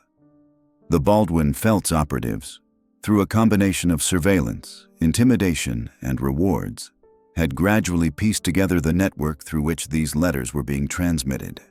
They traced the correspondence from Maud to a cousin in North Carolina, from there to a contact in Tennessee, and eventually to a former Carroll County resident who had migrated to Iowa and was serving as Wesley's connection to home.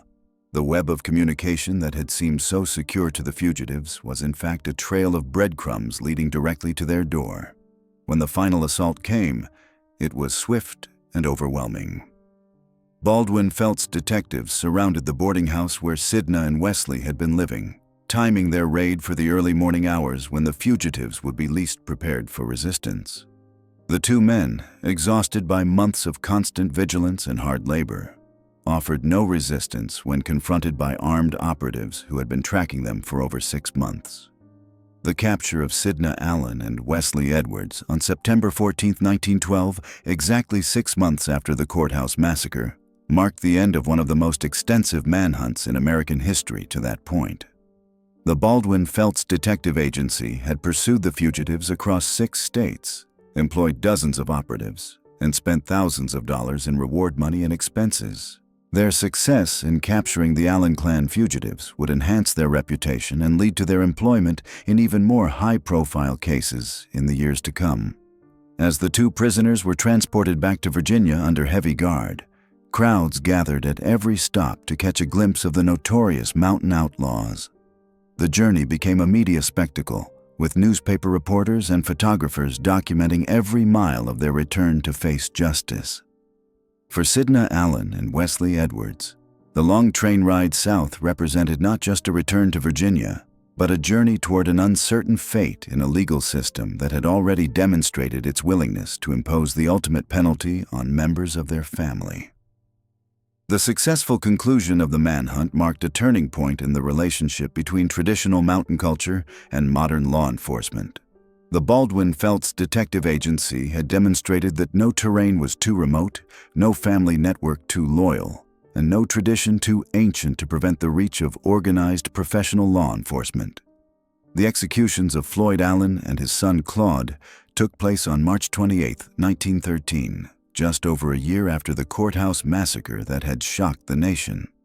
Despite desperate last-minute appeals and thousands of signatures on petitions requesting clemency, Governor William Hodges Mann refused to commute their death sentences.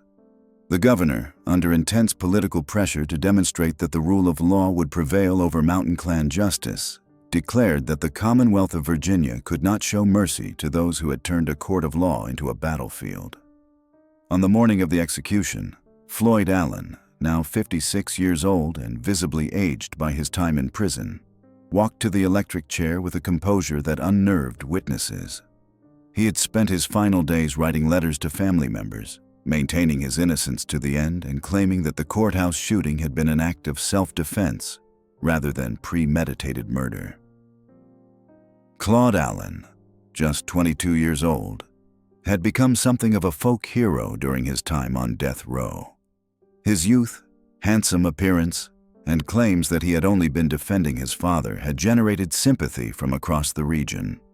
Hundreds of letters arrived at the governor's mansion from young women pleading for Claude's life, and several prominent citizens offered to pay his legal expenses if his sentence could be commuted to life imprisonment. The night before his execution, Claude's sweetheart, Nellie Whistler, was permitted a final visit where she promised to meet him in eternity, a phrase that would later be immortalized in the ballads written about the case. Claude's execution was particularly poignant because of his youth and the circumstances that had led him to that fateful day in the courthouse. Unlike his father, who had a long history of violence and confrontation with the law, Claude had been a relatively peaceful young man whose life had been derailed by family loyalty and the explosive tensions that had built up around the Allen clan. His final statement, delivered to the warden just before he was strapped into the electric chair, was simple but haunting. "I never wanted to hurt nobody."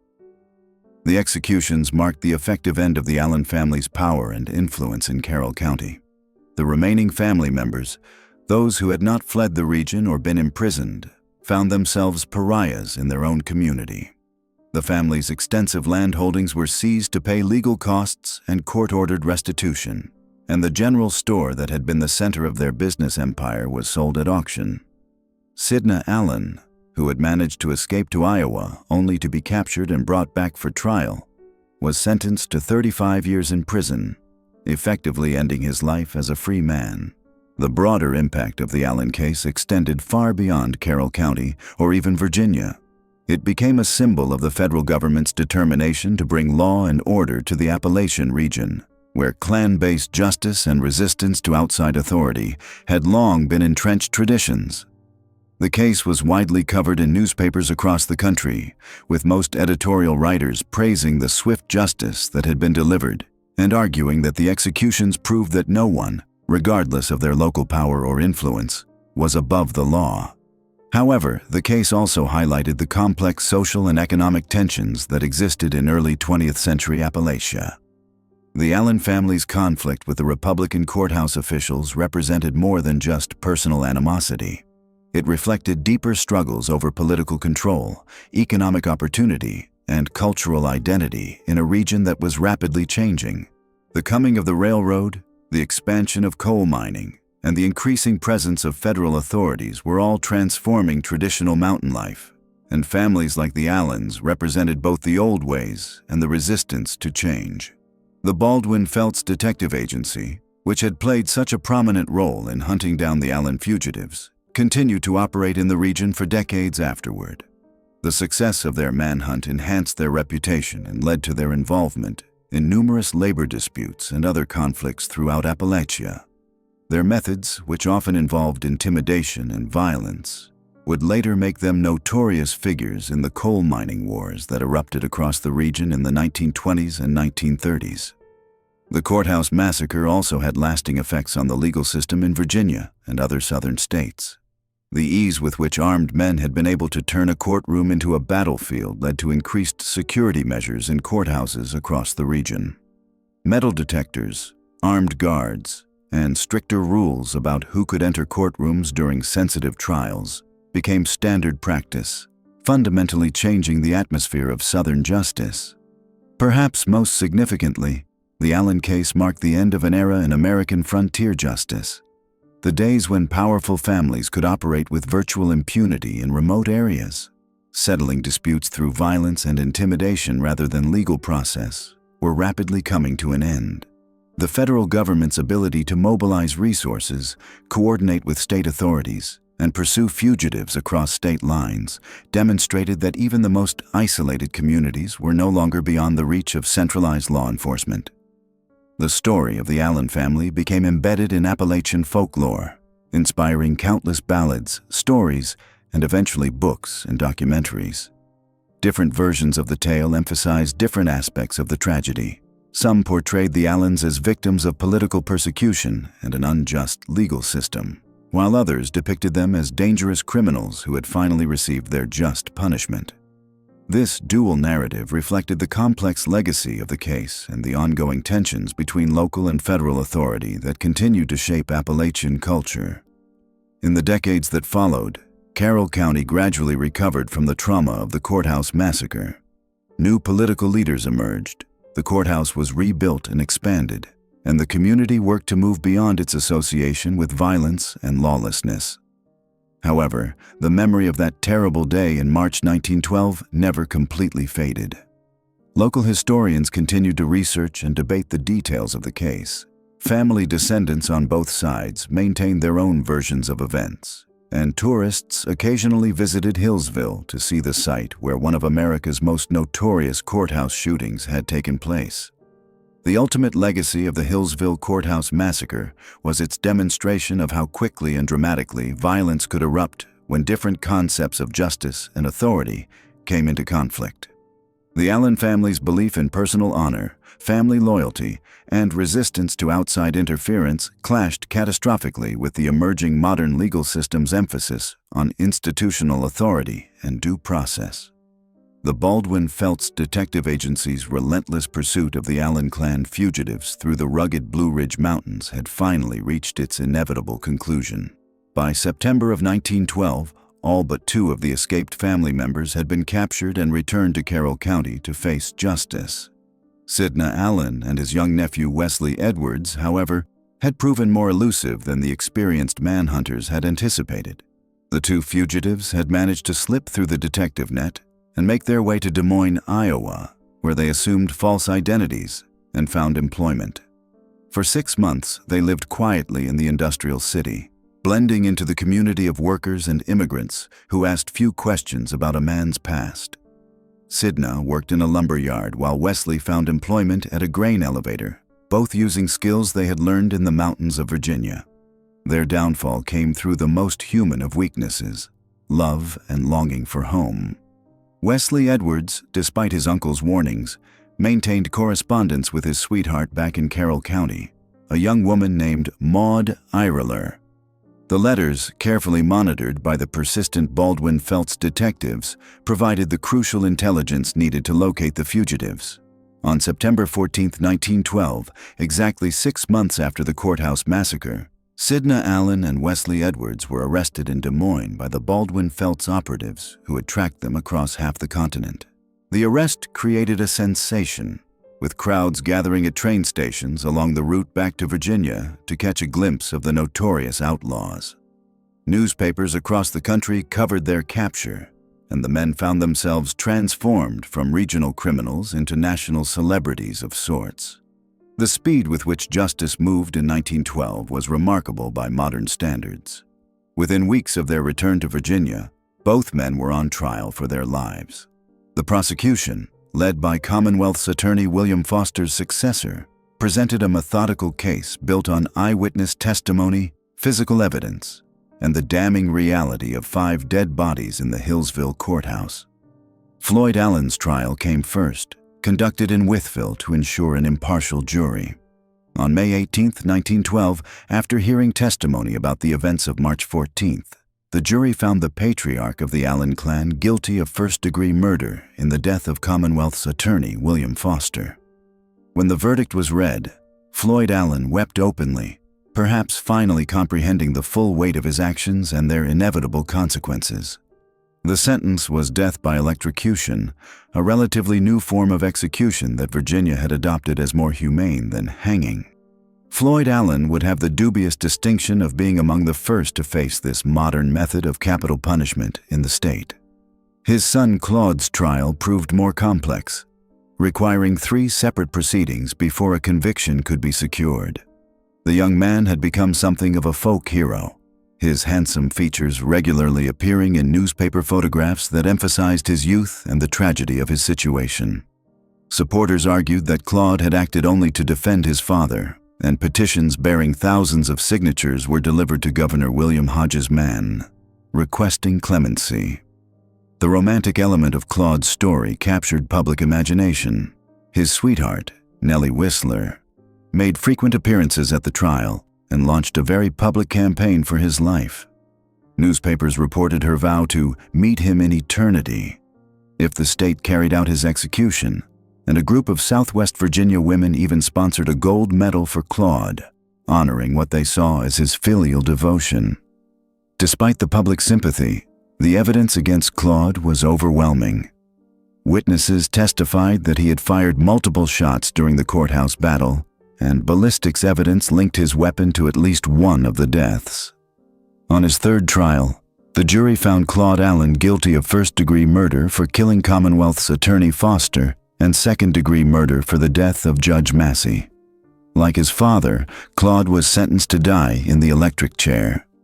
The other family members received prison sentences of varying lengths, with Sidna Allen and Wesley Edwards receiving life imprisonment for their roles in the massacre. As the execution date approached, the campaign to save Claude Allen intensified. Prominent citizens, religious leaders, and even some who had opposed the Allen family joined in appeals for clemency. They argued that Claude's youth, his previously clean record, and the circumstances of the shooting warranted mercy. Governor Mann found himself under enormous pressure from both sides, with supporters of the victims demanding justice and others pleading for compassion. The governor ultimately decided that the law must take its course. In a carefully worded statement, he acknowledged the tragic nature of the case, but emphasized that the rule of the law could not bend to sentiment, no matter how heartfelt. The executions would proceed as scheduled. On March 28, 1913, almost exactly 1 year after the Courthouse Massacre, Floyd Allen was led to the electric chair at the Virginia State Penitentiary in Richmond. Prison records indicate that he maintained his composure to the end, making a brief statement in which he continued to insist that he had acted in self-defense and that the shooting had been started by Dexter Goad. Claude Allen followed his father to the electric chair just minutes later. The young man's final words were reported to be a message for his sweetheart Nellie, though prison officials never disclosed the exact content. Witnesses to the execution described him as calm and resigned to his fate, perhaps having found peace in the knowledge that his suffering would soon end. The deaths of Floyd and Claude Allen marked the end of an era in Appalachian history. The mountain code of honor that had governed families like the Allens for generations had finally met its match in the organized power of the modern state. No longer could clans settle their disputes through violence and intimidation without facing the full consequences of the law. The surviving members of the Allen family served their prison sentences in relative obscurity. Sidna Allen, perhaps the most intelligent of the brothers, used his time in prison to write his memoirs, offering his version of the events that had destroyed his family. He maintained until his death that the courthouse shooting had been an act of self-defense against a corrupt political machine that had persecuted the Allens for their democratic loyalties. Wesley Edwards, the young man whose romantic indiscretion at a corn shucking had set the entire tragedy in motion, eventually gained parole and disappeared into anonymity. Some reports placed him in the western states, working under an assumed name and trying to forget the events that had claimed so many lives and destroyed so many futures. The courthouse in Hillsville was rebuilt, but the community never fully recovered from the trauma of that March day in 1912. The massacre had shattered the social fabric of Carroll County, dividing families and neighbors along lines of loyalty and blame that persisted for generations. Some blamed the Allen family for their lawlessness and violence, while others continued to see them as victims of political persecution and an unjust system. The Baldwin Felts Detective Agency, meanwhile, had gained national recognition for their successful manhunt.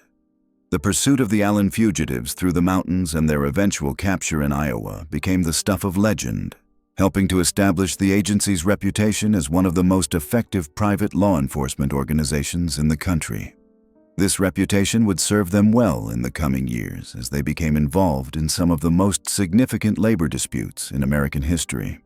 The Hillsville Courthouse Massacre had broader implications for the development of law enforcement in rural America. It demonstrated the limitations of local authority when confronted with organized resistance and highlighted the need for professional, well-equipped police forces that could operate across state lines. The executions of Floyd and Claude Allen took place on March 28, 1913, at the Virginia State Penitentiary in Richmond, marking the end of one of the most notorious criminal cases in American history. The morning dawned gray and cold, with a crowd of over 200 spectators gathered outside the prison walls, many having traveled from Carroll County to witness the final chapter of the Courthouse Massacre. Floyd Allen, now 56 years old, had aged considerably during his time in prison. The man who had once commanded respect and fear throughout the mountains of southwest Virginia appeared frail and defeated. His notorious temper, which had led to countless confrontations throughout his life, had finally been extinguished by the weight of his crimes and the inevitability of his fate. Prison guards reported that he had spent his final weeks writing letters to family members, though none of these communications have survived in the historical record. Claude Allen, just 21 years old, faced his execution with a composure that surprised many observers. The young man who had become something of a folk hero in the mountains, with his handsome features regularly appearing in newspaper photographs, maintained his innocence regarding the murder of Commonwealth's Attorney Foster. His final statement, delivered to the prison chaplain, reportedly included the words, "I was only defending my father, as any son would do." The contrast between the two men as they approached their final moments was striking. Floyd Allen, the patriarch who had ruled his family and community through intimidation and violence, appeared broken by the consequences of his actions. Claude, the young man who claimed he had only picked up a gun to defend his father, maintained a dignity that moved even his harshest critics. The disparity in their demeanor highlighted the tragic nature of the case, where family loyalty and the mountain code of honor had led to such devastating consequences. The execution itself was carried out with the efficiency that characterized Virginia's justice system in the early 20th century. Floyd Allen was led to the electric chair first, his final words reportedly being a whispered prayer for his family's forgiveness. The current was applied at exactly 9 o'clock in the morning, and he was pronounced dead 3 minutes later. Claude followed 15 minutes after his father, his last words being a declaration of love for his sweetheart, Nellie Whistler, and a request that she remember him as he truly was, not as the newspapers had portrayed him.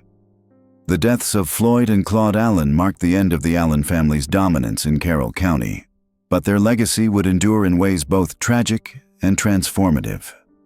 The other family members who had been convicted received sentences ranging from 15 to 20 years in prison, effectively dismantling the clan that had once been among the most powerful in southwest Virginia. Sidney Allen, Floyd's brother, would serve 18 years before being released in 1926, a broken man who spent his remaining years in obscurity.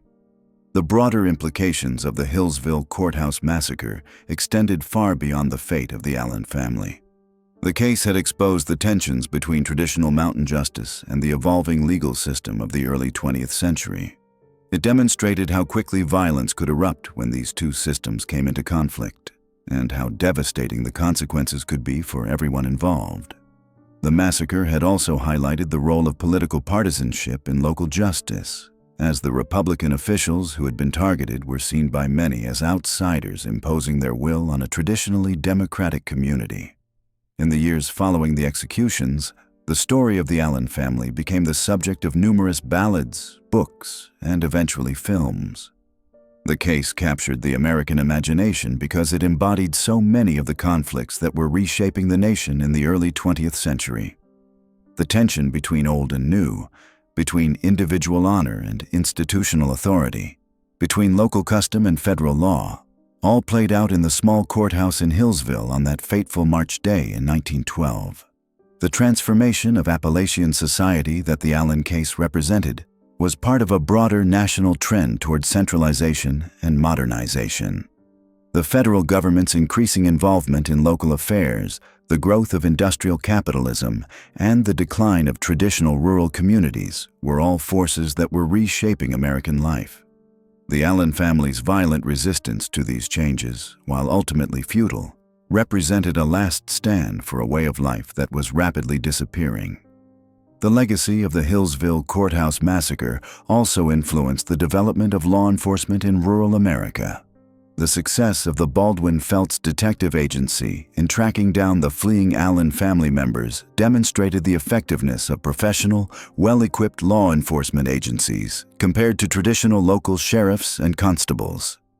This would lead to increased professionalization of police forces throughout the region and greater cooperation between local and federal authorities in pursuing criminals. The Courthouse Massacre also had lasting effects on the legal system itself. The case highlighted the importance of courtroom security and led to new protocols for handling potentially dangerous defendants. It also contributed to discussions about the role of politics in local justice systems and the need for greater independence of the judiciary from partisan influences. For the people of Carroll County, the Allen case represented both an ending and a beginning. The violent conclusion of the family's reign of terror allowed the community to move forward without the fear and intimidation that had characterized life under their influence. New leadership emerged, both political and economic, that was more in tune with the changing times and more willing to embrace the modernization that was transforming rural America.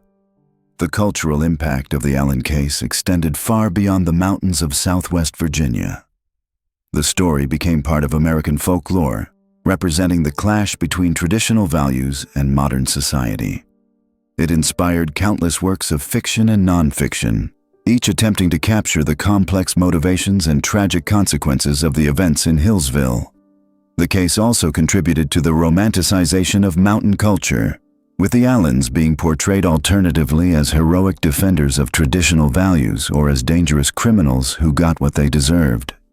Today, more than a century after the Courthouse Massacre, the story of the Allen family continues to fascinate historians, criminologists, and the general public. The case serves as a window into a vanished world where family honor meant more than individual safety, where political differences could lead to deadly violence, and where the transition from one era to another was marked by tragedy and loss. The empty courthouse in Hillsville, now a museum, stands as a memorial to all those who died on March 14, 1912. Visitors can still see the bullet holes in the walls and imagine the chaos and terror that erupted in those few minutes when the old world of mountain justice collided with the new world of institutional authority. The story of Floyd Allen and his family serves as a reminder of how quickly civilized society can descend into violence when competing systems of justice and honor come into irreconcilable conflict. The Allen family's story ultimately represents more than just a criminal case or a moment of historical violence. It embodies the broader American experience of transformation, conflict, and the sometimes violent birth of modernity. Their tragedy reminds us that progress often comes at a terrible cost, and that the forces of change, however necessary, can destroy as well as create. In the end, the Hillsville Courthouse Massacre stands as a testament to the complexity of American history and the enduring power of family, honor, and the human capacity for both loyalty and destruction.